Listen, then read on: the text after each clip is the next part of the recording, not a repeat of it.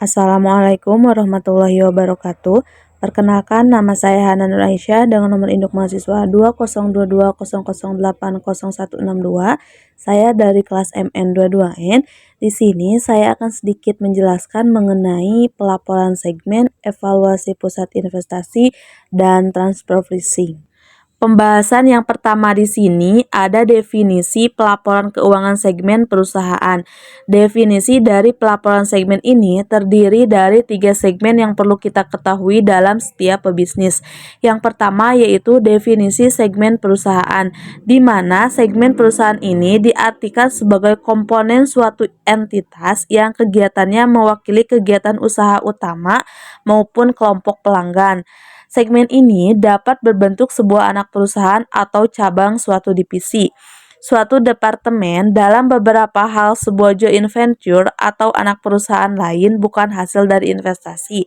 Ada beberapa segmen aktiva kinerja dan aktivitas segmen dapat diketahui secara jelas dengan tujuan untuk memisahkan secara fisik dan operasionalnya. Kemudian yang kedua ada segmen geografis. Segmen geografis ini diartikan sebagai suatu komponen perusahaan yang dapat dibedakan dan mempunyai usaha di beberapa bagian atau sekelompok negara tertentu dalam suatu wilayah geografis. Terakhir yaitu segmen industri, di mana segmen industri ini merupakan komponen suatu perusahaan yang harus dibedakan dan harus menghasilkan suatu produk atau jasa yang berbeda. Misalnya yaitu industri transport, industri pertambangan, industri perhotelan, dan pariwisata. Selanjutnya yaitu dasar pelaporan keuangan segmen. Dasar dari pelaporan keuangan segmen ini terdiri dari 3, yaitu yang pertama adanya penjualan kepada pelanggan yang tidak mempunyai hubungan istimewa sehingga dapat memberikan peluang dasar segmentasi dasar, yaitu segmentasi jenis-jenis pendapatan sebesar 10% ke atas. Kemudian yang kedua yaitu adanya laba operasi, merupakan suatu hal yang sangat penting sehingga laba operasi atau rugi operasi 10% ke atas disajikan secara terpisah. Kemudian yang ketiga yaitu adanya unsur penggunaan aktiva, merupakan hal yang penting bagi perusahaan sehingga aktiva segmen ini dapat berpengaruh terhadap jumlah 10% ke atas dari jumlah aktiva entitas yang dilaporkan secara terpisah. Pembahasan yang selanjutnya yaitu aktiva dan kewajiban pelaporan keuangan. Yang pertama yaitu aktiva segmen, di mana aktiva segmen ini dapat dikatakan semua aktiva berwujud dan tak berwujud yang dapat diidentifikasi pada suatu segmen tertentu. Bagian aktiva yang biasanya dialokasikan secara layak digunakan dan dimanfaatkan oleh 2 atau lebih segmen harus dialokasikan di antara segmen-segmen tersebut dengan dasar alokasi. Sedangkan kewajiban segmen ini dapat dikatakan bahwa biasanya tidak dapat dialokasikan.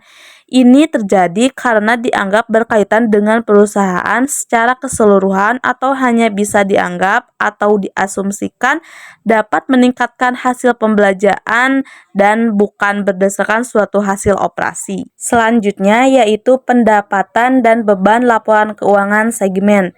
Yang pertama, di sini pendapatan segmen, di mana pendapatan segmen ini dapat diartikan sebagai pendapatan yang harus didistribusikan atau dikaitkan secara langsung pada suatu segmen tersebut. Bahkan, bagian yang relevan dari pendapatan harus dialokasikan secara baik. Kemudian ada beban segmen, di mana beban segmen ini dapat didefinisikan sebagai beban yang harus dikaitkan secara langsung pada suatu segmen atau bagian lain yang relevan dari suatu beban sehingga dapat dialokasikan secara layak sebagai beban suatu segmen dalam sebuah perusahaan. Penyajian dalam laporan keuangan segmen. Di sini ada 3 cara bagaimana kita mengetahui penyajian laporan keuangan dalam setiap perusahaan atau cabang usaha. Yang pertama yaitu untuk menunjukkan aktivitas dari setiap segmen industri perusahaan harus menampilkan komposisi dari masing-masing wilayah geografis yang dilaporkan. Yang kedua yaitu segmen industri dan geografis. Perusahaan harus melaporkan informasi keuangan di mana bagian pendapatan operasi dan penjualan harus bisa dipisahkan antara pendapatan yang dihasilkan dari pelanggan eksternal atau pelanggan di luar kegiatan perusahaan dan pendapatan dari segmen lain hasil segmen aktiva segmen yang digunakan. Hal ini dapat dinyatakan dalam total jumlah uang atau sebagai presentase dari jumlah yang dikonsolidasikan dan sebagai dasar penetapan harga antar segmen. Terakhir yaitu menyajikan rekonsiliasi antara informasi segmen-segmen individual. Perusahaan harus memberikan informasi keseluruhan dalam laporan keuangan. Pembahasan selanjutnya yaitu evaluasi pusat investasi. Hal yang pertama dibahas dalam evaluasi pusat investasi yaitu akuntansi pertanggungjawaban.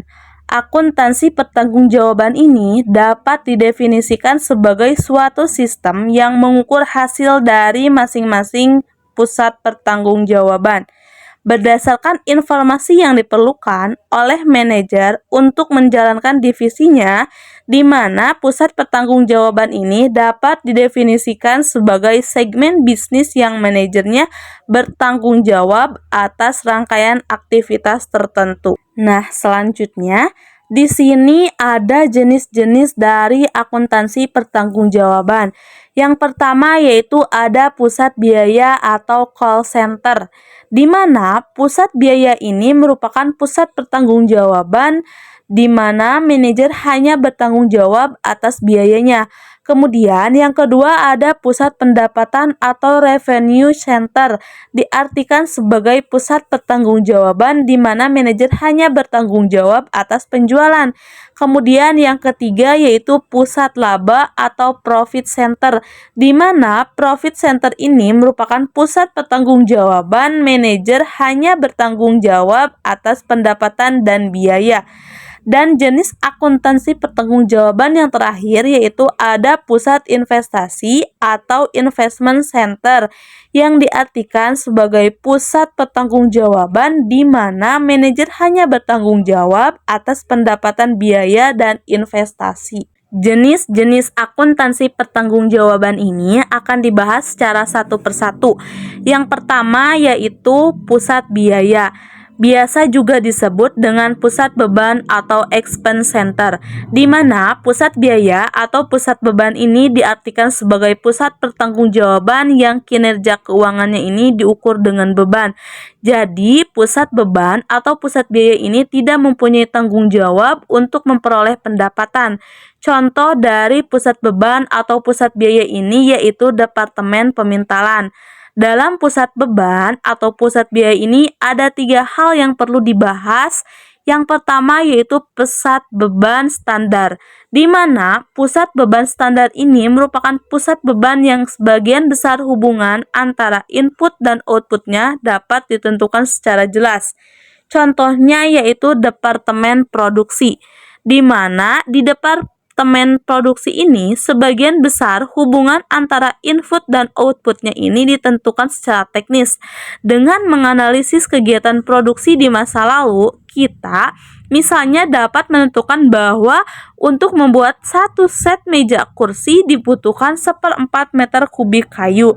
Kita juga dapat menentukan bahwa untuk membuat satu set meja kursi ini dibutuhkan misalnya 20 jam tenaga kerja langsung.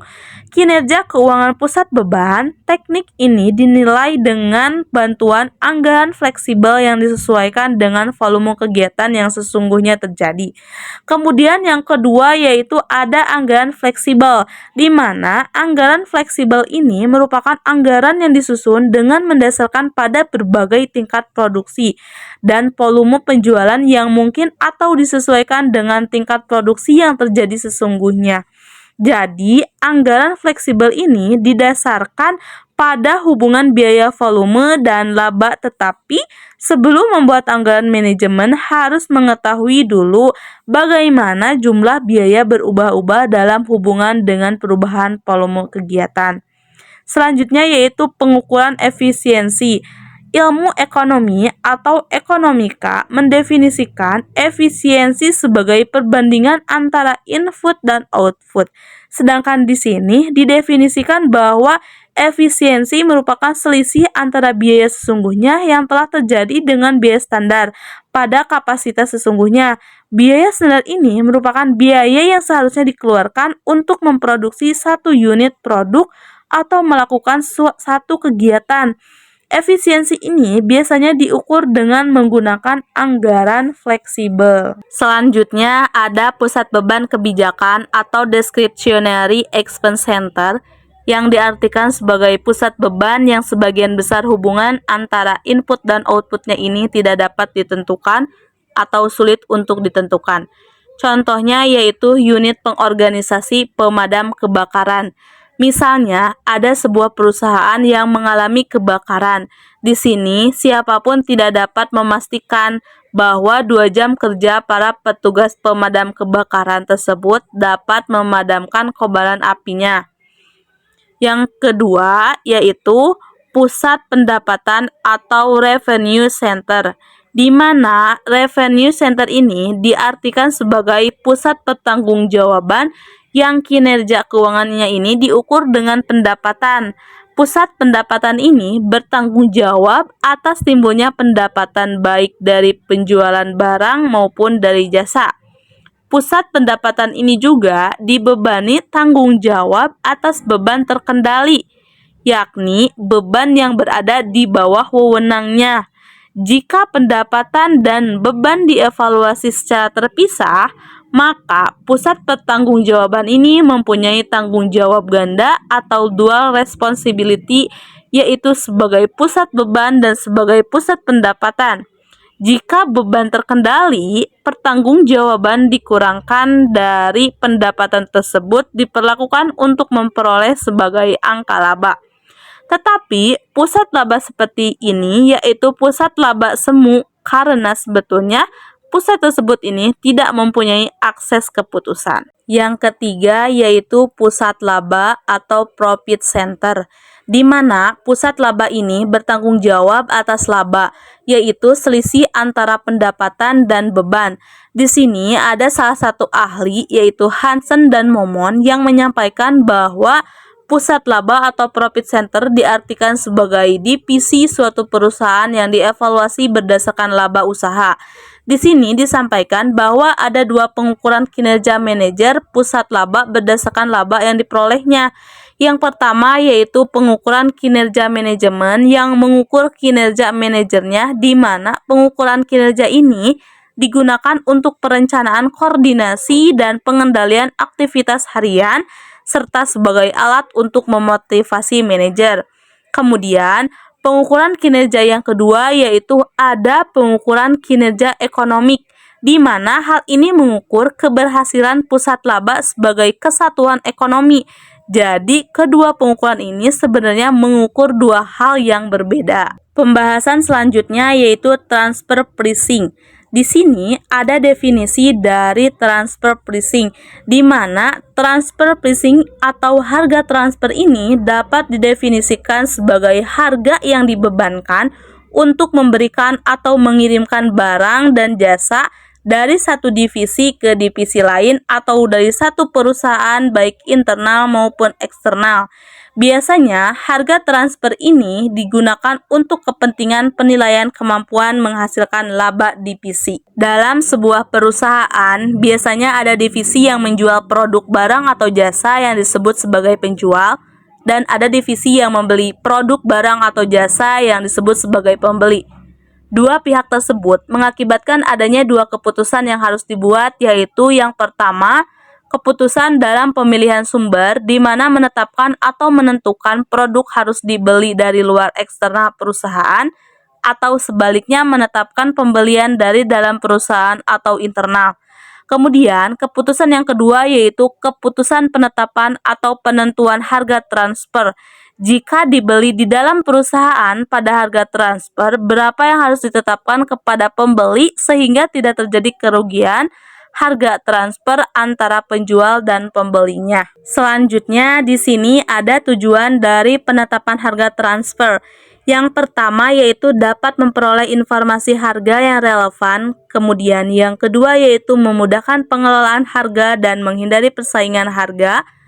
Yang ketiga yaitu dapat membantu mengatur cash flow anak atau cabang perusahaan. Kemudian yang keempat yaitu meminimalkan beban pengenaan pajak bea masuk dan biaya pengiriman. Dan tujuan penetapan harga transfer yang terakhir yaitu memotivasi manajer dalam mencapai tujuan. Pembahasan selanjutnya ada metode penentuan harga transfer. Metode yang pertama yaitu market price atau harga pasar. Untuk menghitung harga transfer dengan metode harga pasar ini dapat menggunakan metode minus jika jual beli dilakukan antara divisi dalam perusahaan. Metode ini merupakan metode yang paling disukai karena harga transfer dihitung dengan harga yang ditetapkan sesuai dengan harga pasarnya, sehingga produk yang dijual oleh divisi penjual dibeli oleh divisi pembeli dengan harga yang sama jika dijual ke pihak eksternal perusahaan. Kelemahan dari metode ini yaitu jika produk tidak tersedia di pasar, maka tidak bisa menggunakan metode ini. Artinya, apabila di pasar ini produknya tidak tersedia, maka metode ini tidak dapat digunakan. Kemudian, selain kelemahannya, ada keunggulannya juga, di mana keunggulan dari metode market price ini yaitu harga transfernya cukup objektif. Metode penentuan harga transfer yang kedua yaitu metode harga pokok, di mana metode harga pokok produksi ini dapat dihitung berdasarkan biaya yang dikeluarkan untuk memproduksi barang ditambah dengan laba. Metode ini biasanya digunakan jika tidak diketahui nilai pasar produk atau jasanya. Jadi, metode harga pokok ini memperhitungkan harga transfer berdasarkan komponen biaya bahan baku, biaya tenaga kerja langsung, dan biaya overhead pabrik, baik yang bersifat tetap maupun variabel. Ada dua metode untuk menghitung harga pokok, yaitu pool costing dan variable costing. Ada dua kelemahan dari metode ini, yaitu yang pertama, divisi pembeli akan cenderung membeli di luar dengan harga yang lebih murah. Kemudian, kelemahan yang kedua yaitu penentuan harga transfer ini susah untuk mengubah harga yang bertujuan untuk kompetitif atau strategik. Metode yang ketiga yaitu metode negosiasi, di mana metode negosiasi ini merupakan penetapan harga transfer yang didasarkan pada proses negosiasi atau kesepakatan antara kedua pusat pertanggungjawaban. Metode penentuan harga transfer yang terakhir yaitu ada metode koordinasi dan penyelesaian konflik. Metode ini biasanya digunakan apabila tidak ditemukan kesepakatan dari negosiasi yang telah dilakukan sebelumnya. Dalam penentuan harga transfer, di mana metode ini menyerahkan dan mempercayakan penentuan harga transfer ini secara tertulis kepada pihak arbitrator. Hanya itu yang dapat saya sampaikan pada video kali ini. Terima kasih. Wassalamualaikum warahmatullahi wabarakatuh.